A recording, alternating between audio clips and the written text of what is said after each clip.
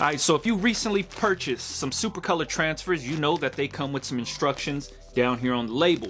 So it's going to say press temp 290 to 320, press time 10 to 15 seconds, pressure 40 psi, firm. Now what exactly is firm pressure? Most of you have a clamshell press just like me, and we have to adjust our pressure manually by the knob on top, just like this right here. So let me walk you through exactly what I do to find the correct pressure setting for my Supercolor transfers, and hopefully this helps you guys out. All right, first off, if you have a manual press just like me, we adjust our pressure by this knob. What I like to do is I like to max this knob all the way out so I can't get a complete press without this thing popping back up. So what I do is I'll back this off a half turn, try it again, back it off another half turn. Now I have a complete solid press.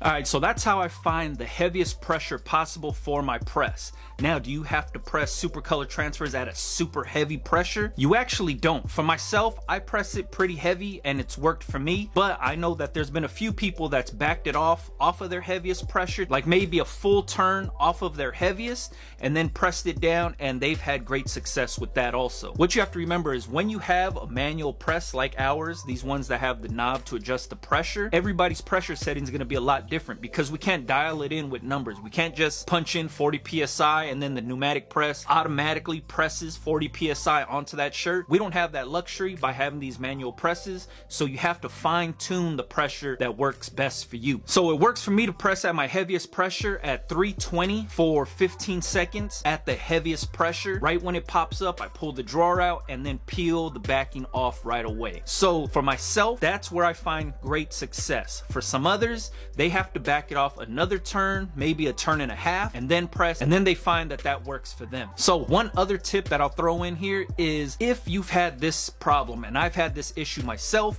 and that's when you press it down, you lift up the press, and then when you lift up the press, the backing is stuck to the top of the press. It's not the transfer, it's not your heat press. All that is the static in wherever you're pressing. So when the press comes up and the backing is stuck to the top of the press, it's static that's holding it to the back of the press. Now, how do you stop that? Use a Teflon sheet. You don't have to put on this fancy little cover with the clips and all that. If you just wanted to lay down the Teflon sheet over it, that will eliminate that issue. I've had that issue before, and there's been a lot of people in my comments saying they had the same problem. It might be the humidity in the air, it might be a lot of different things, but all that is just the static holding the backing to the top of the platen. All you have to do is take a Teflon sheet, put that over. You could also adjust your heat if you needed to, so instead of pressing at 320 and you're using a Teflon sheet, you could press at 321 because that Teflon sheet might act as a little barrier and it might fluctuate the heat a little bit. So if you feel more comfortable, test it out at 321 with the Teflon sheet.